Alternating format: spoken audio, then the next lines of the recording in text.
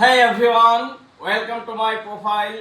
তো আজি এটা মজাৰ ইন্টাৰেষ্টিং টিপছ আমি শিকিম।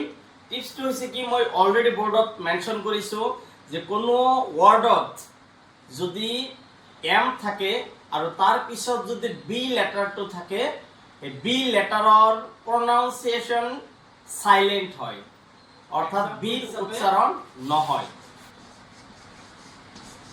তো চাব আমাৰ ৰুল মতে কি যদি কোনো ৱৰ্ডত এম থাকে আৰু এমৰ পিছত যদি বি থাকে এই বিৰ সাউন্ডটো সাইলেন্ট হৈ থাকিব।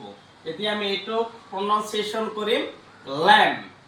ঠিক তেনেকুৱাকে আৰু কিছু ৱৰ্ড আছে ক্লাইম্ব,